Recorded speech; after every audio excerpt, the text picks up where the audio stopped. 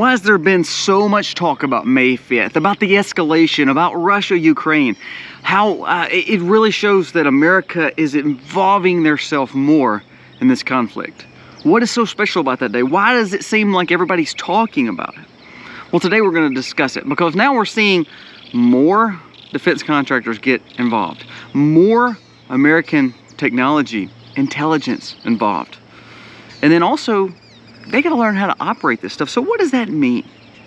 Let's jump into what May 5th means and how, again, it seems like we're lighting a fuse and that fuse is getting shorter, shorter, shorter, shorter.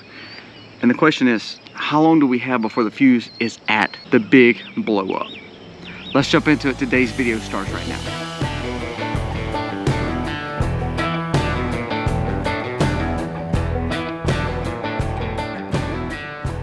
Hey guys, welcome to the Max. Thank you so very much for being here today. Also remember, at the end of this video, we're going to be giving away two gifts.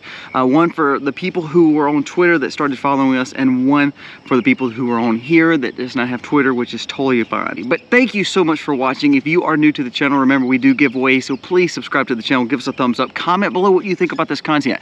The point of our videos is to help us get a smarter, more educated, more wiser, more researched way of looking at the world in a common sense approach, because we live in a very fallen, evil world. And if we want to make sure our family is sustainable, independent, and we are trying to be prepared, then we need to know what's going on without putting our head in the sand. Now let's talk about today, what is May 5th and why is it a big deal? So since the war started in Ukraine and Russia, we've seen escalation. Of course, we've seen America's involvement. We're overfunding this whole situation. We know that. It's almost like a proxy. But for the longest, you know, Zelensky in Ukraine has been begging for F-16s. They've had, you know, protesters showing signs of they want F-16s. They want the fighter jets. They want our intelligence. Well, slowly and surely, we've sold our goods to allies such as the Netherlands, such as Poland, and therefore they've kind of made their way into Ukraine. But on May 5th, we are actually sending, and they are actually going to be activating F-16s. That's what the reports show. It shows that we are now having F-16s there. Now, the first reports say, well, there's not going to be a lot of escalation. It's not going to be a big deal because they have to learn how to run it. Well, these are Lockheed Martin jets. Well, all of a sudden, that means American defense contractors are somehow providing these through, what, the US? No, guess what? We're funneling still through the same channel. So it's like America's not actually sending it to Ukraine. You know, we're going through all these other places. The Netherlands, Poland, Norway, Belgium. The story says Kiev has long requested these advanced jets to upgrade and replenish its air force because it has been battered over 2 years worth of war with Russia. Now, Russia has used its aircrafts flying outside the reach of Ukraine's air defenses to launch devastating aerial attacks. What they're saying is this will control that. Now, I don't believe so, and I believe Russia's already said, look, we did not plan to go to war with NATO. We did not plan to go to war with America or any of its allies. However, when you start sending this stuff in here, we are going to blow it up or take it. They actually did a parade the other day, and they showed all the ruins of and the spoils of war that they've received. They've gotten Bradley tanks. They've got tons of our intelligence and apparatus, the Leopard 2, the howitzers, all this intelligence and all this artillery and defense mechanism and war implements that we personally use, that we built. And now they're sitting there in the hands of what most would consider an adversary. So what do you think they're doing? They're getting intelligence from it. Wouldn't you think? They're getting the understanding of how to operate them, but also how to defend against them.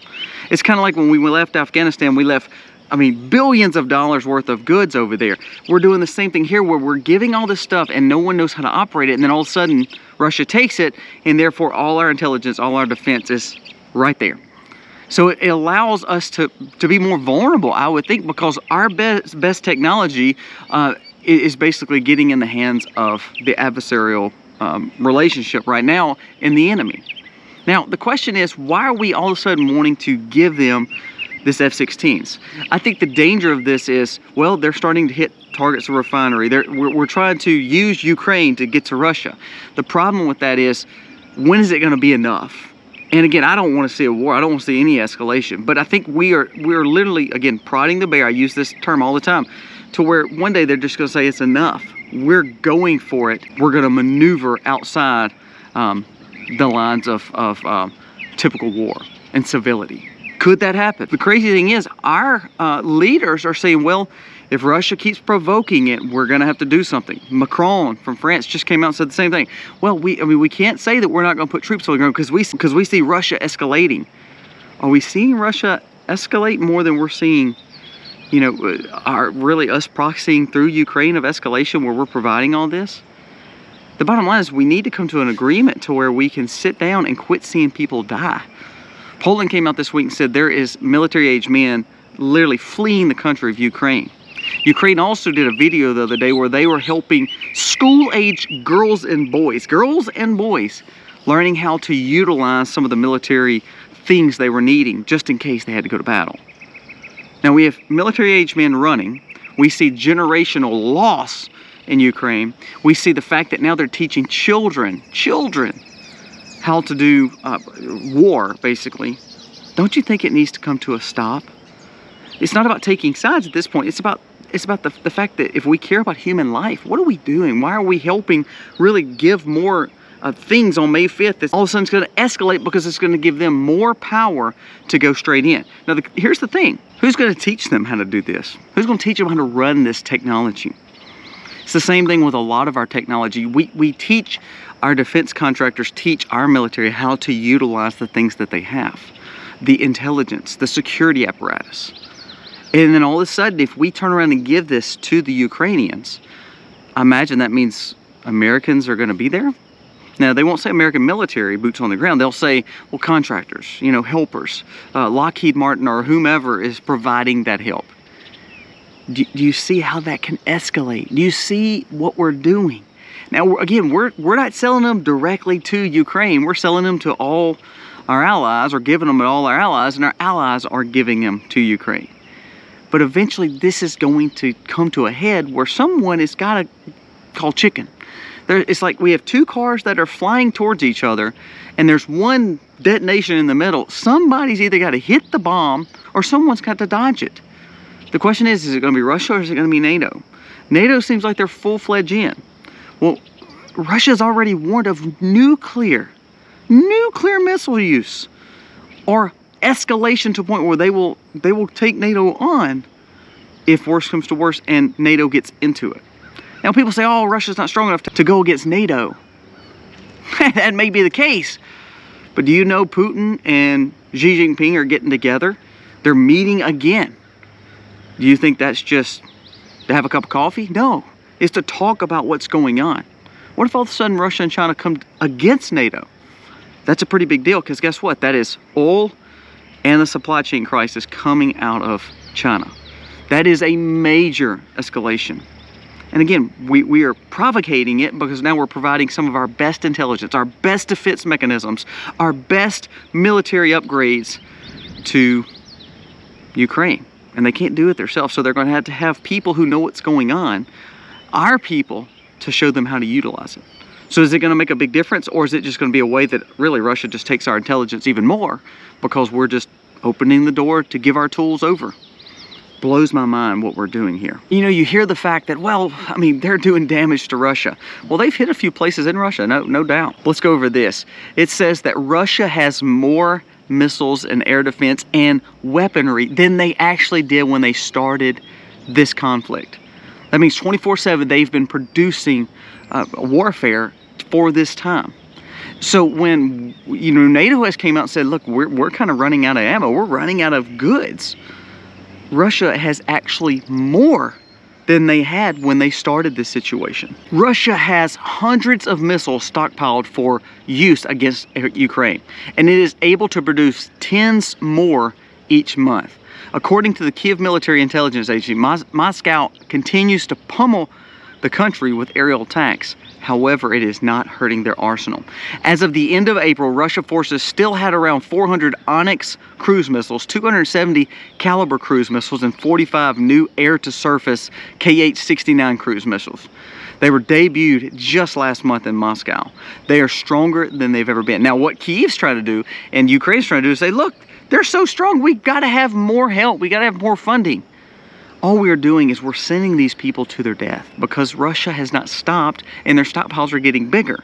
Why do we want to see escalation? You know what? If America really wanted to be the strong, hand here. What they could do is say, look, we're fixing to bring everybody to the table because we're cutting funding, we're cutting exports, imports, and we're going to bring everyone to the table because our dollar's still stronger than everyone's. Even though it seems like Biden's crushing it, it's still stronger than everyone's. Our stock market is stronger than everyone's. We can freeze more money than we're freezing. We're still buying a lot of stuff from Russia, what people don't realize.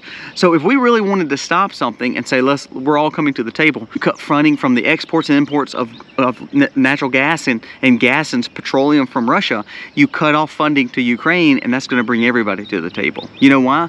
Because money. Because it shows we still have power. But instead we look weak because we are still trying to play this cat and mouse game by giving this stuff to Ukraine, and ultimately we're like the two cars heading to the middle, and they're gonna crash if we don't slam on the brakes and bring everybody to the table. Remember, we have China and Iran and North Korea sitting out here fully locked and loaded with bigger militaries, more stockpile, because they've not been in wars like we have. So they have more stuff just sitting out there waiting for this, and they want to see America fall. Remember, if America falls, it makes their superpower stronger, it makes them stronger. So you don't believe they would help Russia if it really came down to it? And then you have India, you have Saudi Arabia, some of these places in there that kind of play both sides. They're not necessarily American allies, but they're not really, you know, Russia allies. They just kind of play both sides. Did you see Saudi Arabia and Iran are starting to meet? Now, they hate each other, but they may say, you know what, we may agree in some facets when it comes to Israel or when it comes to Ukraine. You never know. Now, here's another thing. This may have nothing to do with it, but it's kind of weird that all of a sudden, the last few days, Los Angeles has had nuclear preparedness talks. They're trying to make sure that they're just aware that if something like this happens, what's their preparedness? What's their implementation? It says that responders attend training on an aftermath of a potential nuclear explosion in Los Angeles. About 250 federal, state, and local agencies gathered in a workshop in Carson to focus on the response just in case something like a nuclear detonation happens. It's just weird that we're talking about a nuclear detonation in one of our cities. Law enforcement and first responders gathered in Los Angeles for a workshop to see how they would fare if something like a nuclear detonation takes place. That could be nuclear defense, or that could be just some kind of nuclear energy. You never know is what they're saying. But also this week, it came out that Pentagon officials warn Russia's anti-satellite nuclear weapon could be devastating. They're trying to put more nuclear weapons in space. That's what the Pentagon's saying. So we talk about all this war escalation. Here we are on May 5th, we're sending all these F-16s and they're gonna funnel Ukraine. And then all of a sudden we see major cities doing more preparedness on nuclear. And then we hear that the Pentagon is warning that there could be some nuclear warheads going into space and going into like sub-orbit from Russia. It blows my mind again that we're even talking about nuclear war. But when we hear those threats, we should say, you know what? We could do something about that. And we could. As I said, bring everybody to the table.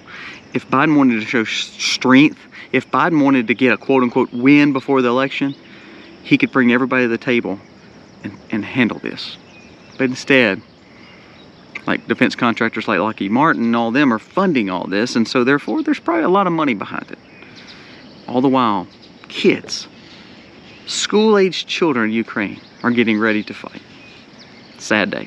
So May 5th is escalation, but again, it's amazing that we're just making money off of it, and ultimately these people over there are going to struggle and suffer because of it. All right, guys, so give me your thoughts. Is it something we should be worried about? Is it something that that brings up an important thing to talk about? You know, how could America truly stop all this? They could de-escalate the whole situation, but they're not.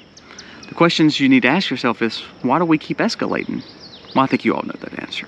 Now, let's get to the giveaway. Two things that we're going to give away. We're going to give away this right here, the Exodus 600, which is the one that I talked about a few days ago. If you're wanting to know more about the Exodus, the Opus Exodus, they're going to be giving away tons throughout the whole year, so you can go check with them on their page. They always do giveaways, and they love giving to subscribers, so check them out.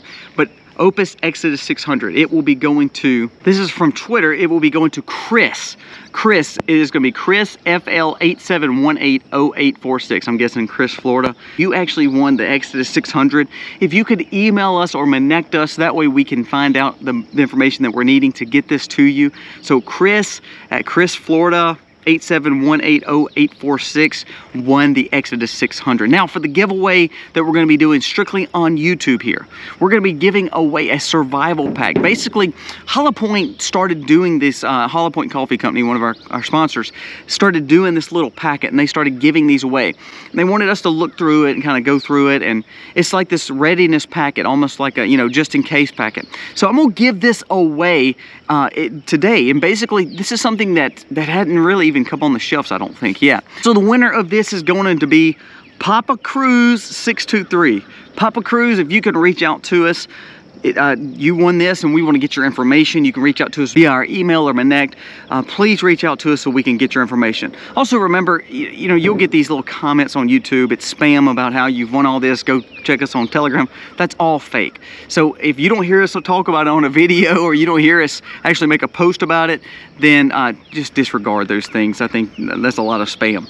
But y'all two are the winners of the Opus 600 and also the Hollow Point giveaway when it comes to survival.